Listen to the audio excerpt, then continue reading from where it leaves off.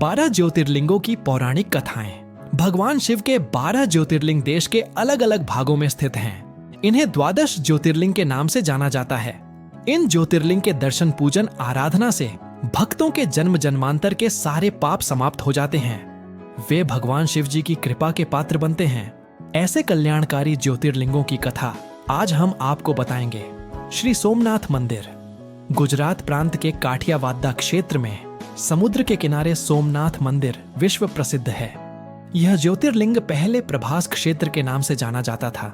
यहीं भगवान श्री कृष्ण ने जरा नामक व्याध के बाण को निमित्त बनाकर अपनी लीला का अंत किया था। इस ज्योतिर्लिंग की कथा का पुराणों में भी वर्णन है। दक्ष प्रजापति की 27 कन्याएं थीं। उन सभी का विवाह चंद्रदेव के साथ हुआ था, किंतु चंद्रमा का समस्त अनुराग व प्रेम उनमें से केवल रोहिणी के प्रति ही रहता था।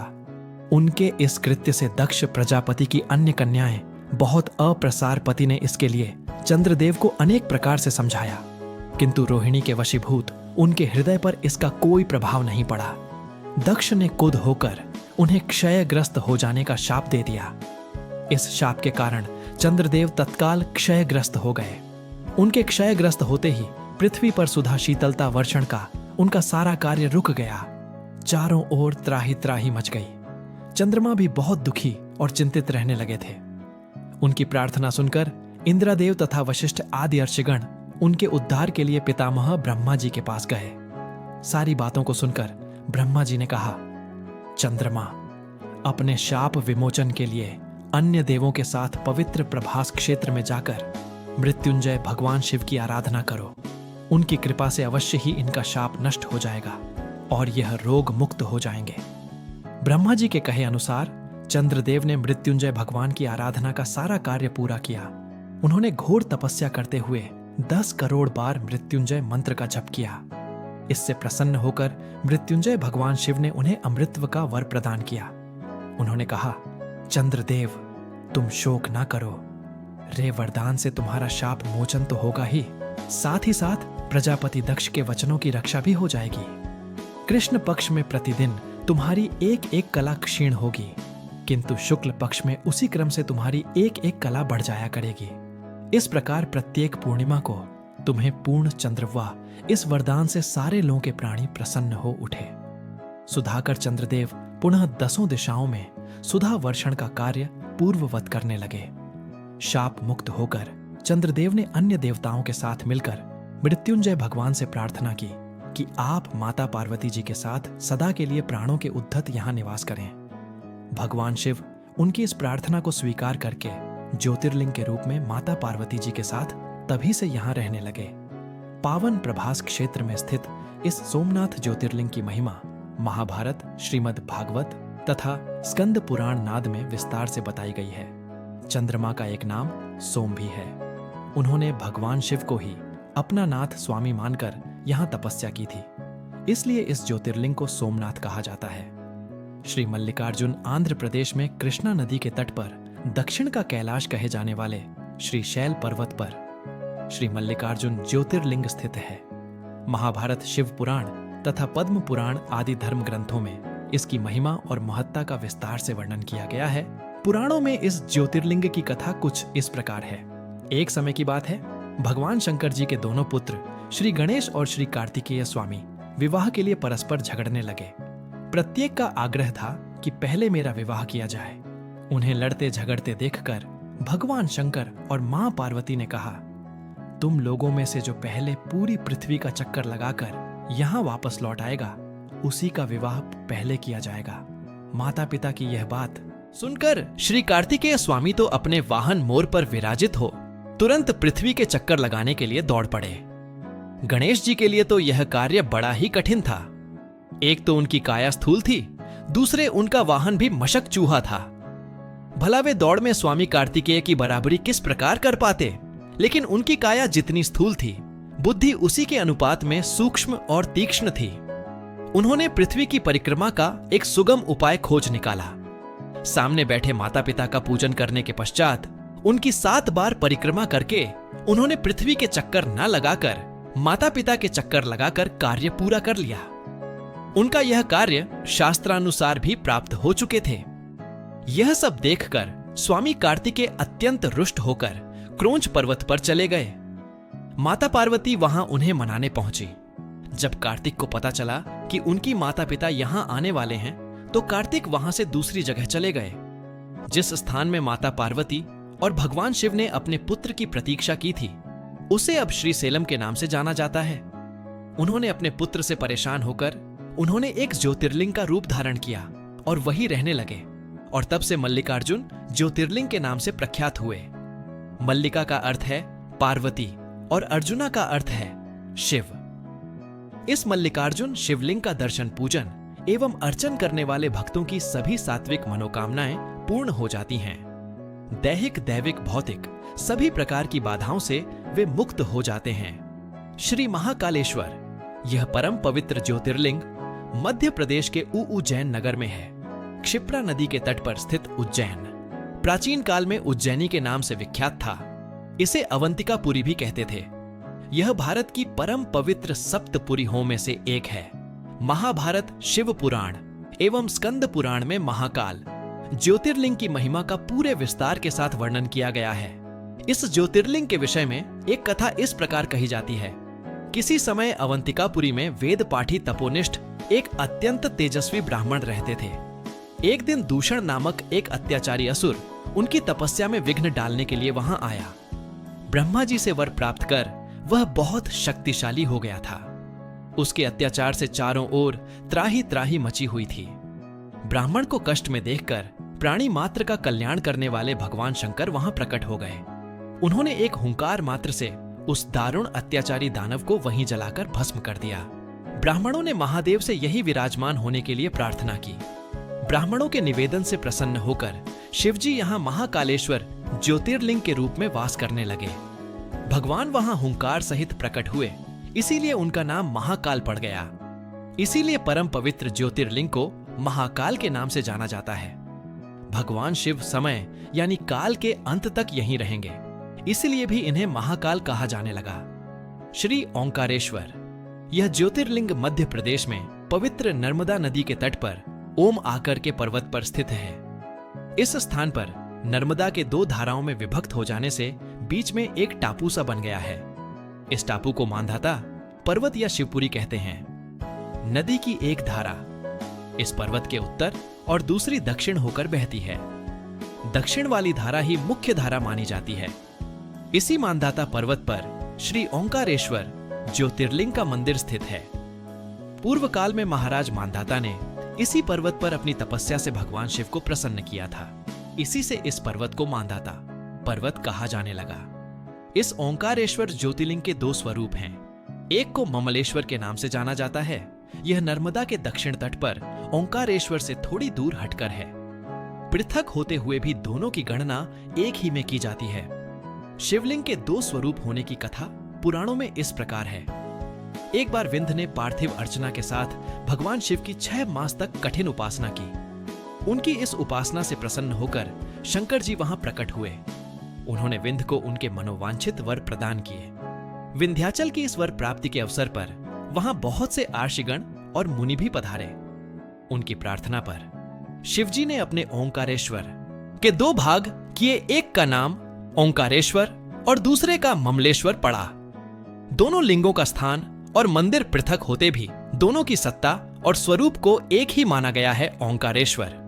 शिव भगवान का अकेला ऐसा मंदिर है जहां रोज गुप्त आरती होती है। इस दौरान पुजारियों के अलावा कोई भी गर्भगृह में नहीं जा सकता। शिव पुराण में इस ज्योतिर्लिंग की महिमा का विस्तार से वर्णन किया गया है।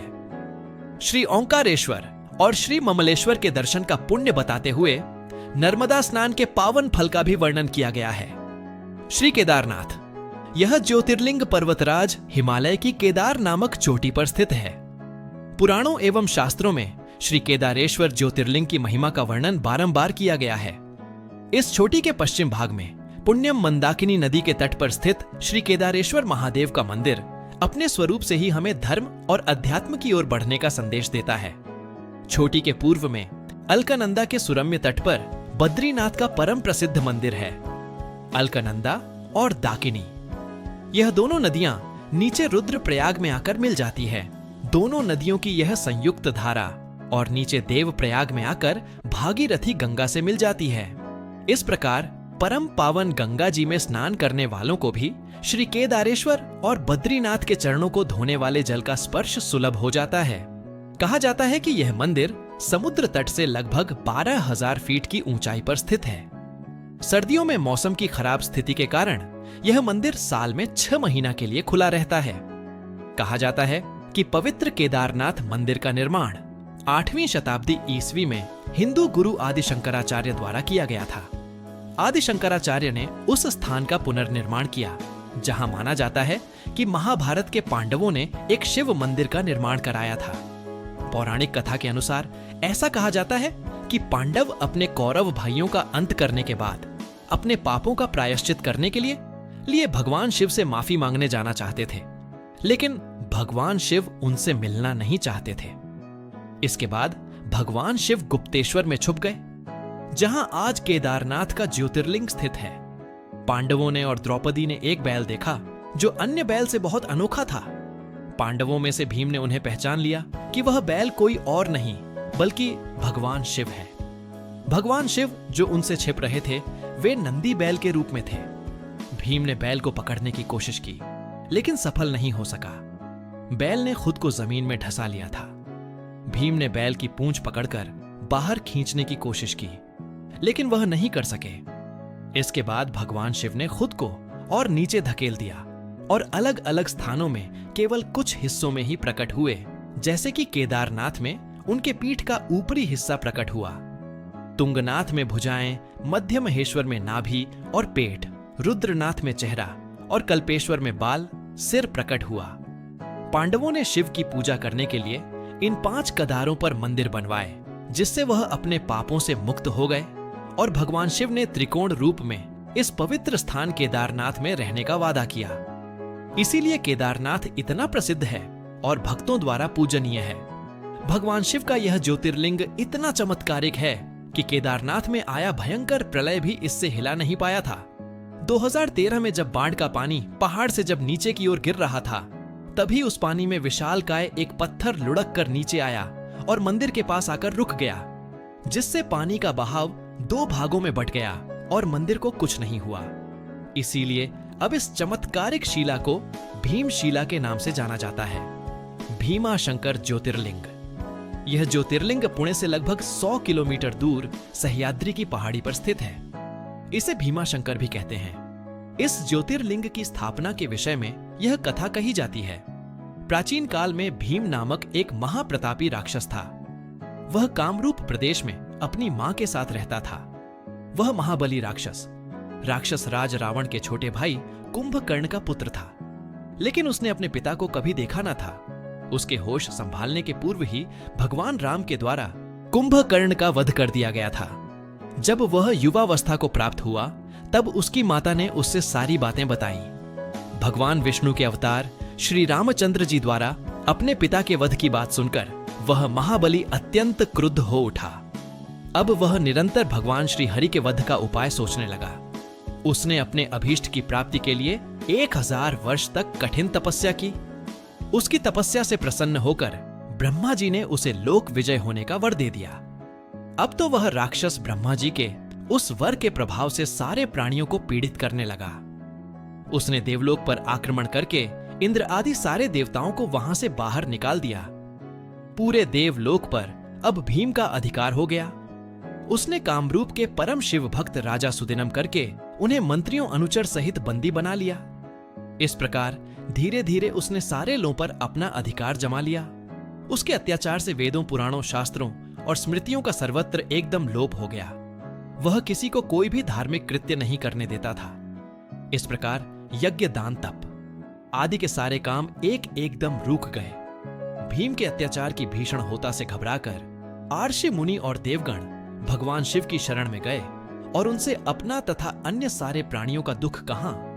उनकी यह प्रार्थना सुनकर भगवान शिव ने कहा, मैं शीघ्र ही उस अत्याचारी राक्षस का संहार करूंगा। उसने मेरे प्रिय भक्त कामरूप नरेश को भी सेवकों सहित बंदी बना लिया है। कामरूप अपने सामने पार्थिव शिवलिंग रखकर अर्चना कर रहे थे। उन्हें ऐसा करते देख क्रोध होना मत्त होकर राक्षस भीम ने अपनी तलवार से उस पार्थिव शिवलिंग पर प्रहार किया, किंतु उसकी तलवार का स्पर्श उस लिंग से हो भी नहीं पाया कि उसके भीतर से साक्षात शंकर जी वहां प्रकट हो गए। उन्होंने अपनी हुंकार मात्र से उस राक्षस को वहीं जलाकर भस्म कर दिया। भगवान शिव जी का यह अद्भुत कृत्य देखकर सारे आर्षि मुनि और देवगण वहां एक होकर उनकी स्तुति करने लगे। लोगों ने भगवान शिव से प्रार्थना की कि महादेव, आप लोक कल्याणा अब सदा के लिए यही निवास करें। यह क्षेत्र शास्त्रों में अपवित्र बताया गया है। आपके निवास से यह परम पवित्र पुण्य क्षेत्र बन जाएगा। भगवान शिव ने सबकी यह प्रार्थना स्वीकार कर ली। वहां वह ज्योतिर्लिंग के रूप में सदा के लिए निवास करने लगे। उनका यह ज्योतिर्लिंग भीमेश्वर के नाम से विख्यात हुआ। काशी विश्वनाथ ज्योतिर्लिंग। काशी विश्वनाथ मंदिर भारत के उत्तर प्रदेश के वाराणसी शहर में पवित्र गंगा नदी के तट पर स्थित है। वाराणसी भारत में सबसे लंबे समय तक रहने वाले शहरों में से एक है, जिसे बनारस या काशी के नाम से भी जाना जाता है, और यह भारत के साथ सबसे पवित्र शहरों में से एक है और कई महत्वपूर्ण हिंदू मंदिरों का घर है। बनारस को एक ऐसे जगह के रूप में भी जाना जाता है जहां आयुर्वेद और योग परंपरा के निर्माता पतंजलि रहते थे और शिक्षा देते थे। ये एक महत्वपूर्ण बौद्ध शहर भी है, क्योंकि कहा जाता है कि बुद्ध ने अपना पहला उपदेश यही दिया था। इस पवित्र शहर में गंगा नदी के किनारे कई घाट हैं, लेकिन सबसे बढ़कर यह भगवान शिव का शहर है। कहा जाता है कि भगवान शिव चाहेंगे वही लोग यहाँ आ सकेंगे। यह मोक्ष प्राप्त करने और जन्म और मृत्यु के चक्र से मुक्त होने के लिए सबसे महत्वपूर्ण तीर्थ स्थलों में से एक है। ऐसा माना जाता है कि काशी विश्वनाथ पहला ज्योतिर्लिंगो है जो पृथ्वी को तोड़कर आकाश तक चमका, और ऐसा करके उसने अन्य सभी देवताओं पर अपना वर्चस्व स्थापित किया। इस मंदिर में ज्योतिर्लिंग के साथ शक्तिपीठ भी है। इस मंदिर में शिव को विश्वस्वर के नाम से भी जाना जाता है, जिसका अर्थ है ब्रह्मांड का शासक। इस ज्योतिर्लिंग की उत्पत्ति के बारे में सिर्फ पुराण में एक कथा का उल्लेख है। एक बार सृष्टि के रचयिता ब्रह्मा और सृष्टि के पालनकर्ता भगवान विष्णु के बीच अपने सर्वोच्चता को लेकर बहस हुई। उनकी परीक्षा लेने के लिए शिव ने प्रकाश की एक विशाल अंतहीन स्तंभ ज्योतिर्लिंग के रूप में प्रकट हुए, यह निर्धारित करने के लिए कि कौन अधिक शक्तिशाली है। भगवान विष्णु ने बराह का रूप लिया और नीचे की ओर जाने की कोशिश की, जबकि ब्रह्मा ने स्तंभ शीर्ष तक उड़ने के लिए रूप लिया। लंबे समय तक स्तंभ के अंत को खोजने की कोशिश करने के बाद ब्रह्मा ने अहंकार के कारण झूठ बोला और कहा कि उन्हें स्तंभ का अंत मिल गया है, और साक्षी के रूप में कौतुकी का फूल दिखाया। जबकि भगवान विष्णु ने ईमानदारी से कहा कि उन्हें इसका अंत नहीं मिल सका और उन्होंने अपनी हार स्वीकार कर ली। तब भगवान शिव ने क्रोधित भैरव का रूप धारण किया और ब्रह्मा के 5वें सिर को काट दिया और उन्हें शाप दिया कि उनकी पूजा नहीं की जाएगी और भगवान विष्णु को अपने सामान हर मंदिरों में पूजा जाएगा। कहते हैं कि पृथ्वी के जिस स्थान पर यह स्तंभ गिरा था, वह जगह आगे जाकर काशी विश्वनाथ कहलाया। त्र्यंबकेश्वर ज्योतिर्लिंग। त्र्यंबकेश्वर ज्योतिर्लिंग जो ब्रह्मगिरी नामक एक पर्वत पर स्थित है, यह वही जगह है जहां से गोदावरी नदी शुरू होती है। इस ज्योतिर्लिंगों की सबसे बड़ी खासियत है यहां पर मौजूद 3 छोटे छोटे लिंग, जिन्हें ब्रह्मा, विष्णु और शिवजी का प्रतीक माना जाता है। पौराणिक कथाओं के अनुसार भगवान ब्रह्मदेव ने भगवान शिव को प्रसन्न करने के लिए ब्रह्मगिरी पर्वत पर तपस्या की थी। तभी से इस पर्वत को ब्रह्मगिरी पर्वत के नाम से जाना जाता है। कहते हैं कि ब्रह्मगिरी पर्वत के बीच आश्रम हुआ करता था, जहां महान ऋषि गौतम रहते थे। एक बार वहां भारी सूखे और अकाल के कारण वहां से सभी मनुष्यों के साथ साथ सभी जीव जंतु भी भागने लगे, जिसे देखते हुए ऋषि गौतम ने जल के देवता वरुण देव की तपस्या की। उनकी तपस्या से प्रसन्न होकर वरुण देव ने उन्हें एक ऐसा कुंड भेंट किया जिसमें कभी न खत्म होने वाला जल था। गौतम ऋषि ने उस पानी का उपयोग सभी प्राणियों की मदद करने के लिए किया। ऋषि गौतम को लोगों का अधिक प्यार और स्नेह मिला, इसलिए ऋषि गौतम को अधिक पुण्य प्राप्त हुआ। लेकिन जल्द ही आश्रम के दूसरे ऋषियों को इस बात से जलन होने लगी और उन्होंने गौतम ऋषि को नीचा दिखाने के लिए भगवान गणेश की तपस्या की। जैसे ही भगवान गणेश जी प्रकट हुए तो सभी ऋषियों ने उनसे गौतम ऋषि को नीचा दिखाने का आग्रह किया। इस पर गणेश जी ने उन्हें समझाने की कोशिश की, परंतु जब सारे ऋषि नहीं माने तो गणेश जी ने मजबूरन एक कमजोर गाय का रूप धारण किया और आर्षि के आश्रम में पहुंचे गाय की ऐसी हालत देखकर महर्षि गौतम ने गाय को कुछ चारा प्रदान किया, लेकिन जैसे ही गाय ने चारे को खाया तुरंत उसकी मृत्यु हो गई। जिसके बाद सभी ऋषि वहां आ पहुंचे और उन्होंने गोहत्या का पाप महर्षि गौतम पर लगा दिया। गौतम ऋषि ने गोहत्या के पाप को दूर करने के लिए भगवान शिव को प्रसन्न करने के लिए इसी पहाड़ी पर तपस्या की थी। भगवान शिव प्रसन्न हुए और गौतम ऋषि से पूछा कि वे क्या चाहते हैं। गौतम ऋषि गाय के हत्या के पाप को दूर करने के लिए माता गंगा के जल में स्नान करना चाहते थे। भगवान शिव ने गौतम ऋषि की इच्छा स्वीकार कर ली और गंगा माता का जल ब्रह्मगिरी पर्वत पर भेज दिया, लेकिन गंगा नदी वहां से बार बार गायब हो जाती थी। क्योंकि गंगा माता वहां अकेले नहीं जाना चाहती थी, इसलिए गंगा माता ने आगे भगवान शिव से त्र्यंबकेश्वर में उनके साथ रहने के लिए प्रार्थना की और भगवान शिव ने गंगा माता के अनुरोध को स्वीकार कर लिया और ज्योतिर्लिंग त्र्यंबकेश्वर के रूप में भूमि से उत्पन्न हुए, जिसे आज त्र्यंबकेश्वर ज्योतिर्लिंग के रूप में जाना जाता है। वैद्यनाथ ज्योतिर्लिंग। वैद्यनाथ ज्योतिर्लिंग झारखंड राज्य के देवघर में स्थित है। ज्योतिर्लिंग को सिद्ध पीठ भी कहा गया है, जहां पर भक्तों की मुराद जल्दी पूरी होती है। पौराणिक कथाओं के अनुसार रावण शिवजी को प्रसन्न करने के लिए हिमालय क्षेत्र में तपस्या कर रहा था। उसने अपने 9 सिर शिवजी को अर्पित कर दिया था। जैसे ही वह अपने 10वें सिर का बलिदान देने वाला था, शिवजी उनके सामने प्रकट हुए और उनसे पूछा कि वे क्या चाहते हैं। रावण ने कामना ज्योतिर्लिंग को लंका द्वीप पर ले जाने को कहा और शिव को कैलाश से लंका ले जाने का इच्छा व्यक्त की। भगवान शिव रावण के अनुरोध पर सहमत हुए, लेकिन एक शर्त के साथ उन्होंने कहा कि यदि लिंग को रास्ते में कहीं भी रखा गया तो यह देवताओं का स्थायी निवास बन जाएगा और इसे कभी भी स्थानांतरित नहीं किया जा सकेगा। यह सुनकर कि भगवान शिव कैलाश पर्वत पर अपने निवास स्थान से चले गए, सभी देवी देवता चिंतित हो गए। उन्होंने भगवान विष्णु से इसका समाधान मांगा। भगवान विष्णु ने पानी से जुड़े देवता वरुण देव को रावण के पेट में प्रवेश करने के लिए कहा, जिसके परिणाम स्वरूप और देवघर के आसपास के क्षेत्र में उसे पेशाब करने की आवश्यकता महसूस हुई। कहानी में कहा गया है कि विष्णु जी ने एक चरवाहे का रूप लिया। जब रावण पेशाब करने गया तो उसने इस ग्वाले को एक लिंग दिया। वरुण देव की उपस्थिति के कारण रावण को खुद को राहत देने में बहुत लंबा समय लगा। काफी देर तक रावण की प्रतीक्षा करने पर चरवाहा क्रोधित हो गया। फिर उसने लिंग को जमीन पर रख दिया और वहां से चला गया। वापस लौटने पर रावण ने लिंग को उठाने का प्रयास किया, लेकिन अपने प्रयास में असफल रहा। यह जानकर परेशान हो गया कि यह भगवान विष्णु का काम था और जाने से पहले रावण ने लिंग पर अपना अंगूठा दबाया, जिससे शिवलिंग आंशिक रूप से क्षतिग्रस्त हो गया। तब शिवलिंग की ब्रह्मा, विष्णु और अन्य देवी देवताओं द्वारा पूजा की गई और उन्होंने वैद्यनाथ मंदिर का निर्माण कराया। तब से महादेव ने कामना लिंग के अवतार के रूप में देवघर में निवास करते हैं। नागेश्वर ज्योतिर्लिंग। नागेश्वर ज्योतिर्लिंग अंधा नागा था, महाराष्ट्र में स्थित है। नागेश्वर ज्योतिर्लिंग के बारे में सिर्फ पुराण में एक कथा दारुका नामक एक राक्षस के बारे में बताती है, जिसने सुप्रियो नामक एक शिव भक्त पर हमला किया और उसे अपने शहर दारुका वन में कई अन्य लोगों के साथ कैद कर लिया, जो समुद्र के नीचे एक शहर था जिसमें समुद्री सांप और राक्षस रहते थे। सुप्रियो के तत्काल उपदेश पर कैदियों ने शिव के पवित्र मंत्र का जाप करना शुरू कर दिया, जिसके तुरंत बाद शिवजी प्रकट हुए और राक्षसों का विनाश हुआ। जिसके बाद सुप्रियो ने उस ज्योतिर्लिंग की विधिवत पूजा की और शिवजी से इस स्थान पर रहने का आग्रह किया, जो कि आग चलकर नागेश्वर ज्योतिर्लिंग के नाम से प्रसिद्ध हुआ। रामेश्वरम ज्योतिर्लिंग। रामेश्वरम तमिलनाडु के रामनाथपुरम जिले में एक शहर रामेश्वरम में स्थित है।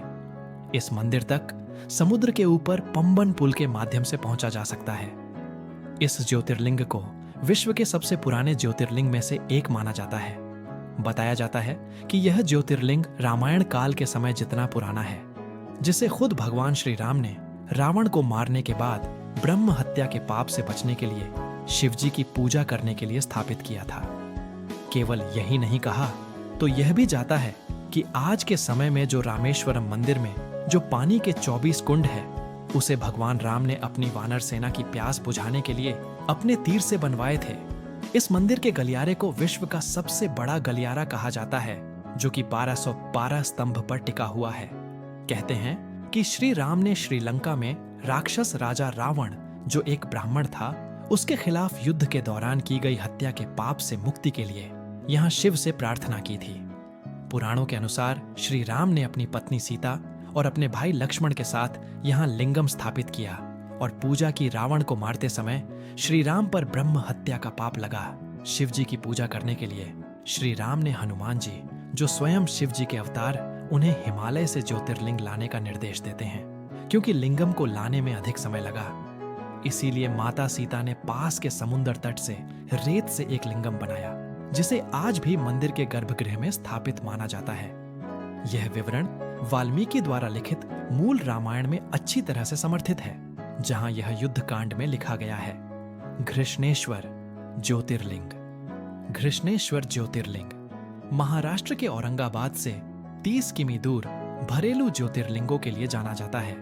बल्कि इस जगह पर विश्व प्रसिद्ध एलोरा कैव्स भी देखने को मिलती है। घृष्णेश्वर शब्द का अत्यधिक महत्व है, क्योंकि इसका अर्थ है करुणा का भगवान। इस मंदिर को विभिन्न नाम से जाना जाता है, जैसे कि उस्मस्वर, घूसमिश्वर दुश्मन में शवर। कहानी यह है कि शिवालय गांव में सुधर्मा नामक एक ब्राह्मण था, जो अपनी पत्नी सुधैल पहाड़ों में रहते थे। यह दंपति निसंतान थे, इसीलिए सुधैल घुस्मा का विवाह अपने पति से कर दिया। अपनी बहन की सलाह पर घुस्मा प्रतिदिन 1001 लिंग बनाती, उसकी पूजा करती और पास के झील में विसर्जित कर देती। आखिरकार उसे एक बच्चे का आशीर्वाद मिला। समय के साथ सुधैर से ईर्ष्या होने लगी और उसने घुस्मा के पुत्र की हत्या कर दी और उसे उसी झील में फेंक दिया जहां उसकी बहन लिंग को विसर्जित करने जाती थी। हालांकि घुस्मा की बहन ने उसे बताया कि उसके बेटे की हत्या में सुधैया का हाथ था। घुस्मा ने भगवान शिव की दया पर पूरा भरोसा करते हुए अपने दैनिक अनुष्ठान जारी रखा और अपने विश्वास के उपरांत जब वह लिंग को विसर्जित करने गई तो उसने अपने बेटे को अपनी ओर आता हुआ देखा। भगवान शिव उनके सामने प्रकट हुए और उसे उसकी बहन के घृणित कार्यों के बारे में बताया। घुस्मा ने भगवान शिव से अपनी बहन को क्षमा करने का अनुरोध किया। प्रसन्न होकर भगवान शिव ने उन्हें वरदान दिया। घुस्मा ने भगवान शिव से यही रुकने का आग्रह किया। यही कारण है कि भगवान शिव यहां स्वयं ज्योतिर्लिंग के रूप में प्रकट हुए। तो ये थे भारत के 12 प्रमुख ज्योतिर्लिंगों के बारे में जानकारी।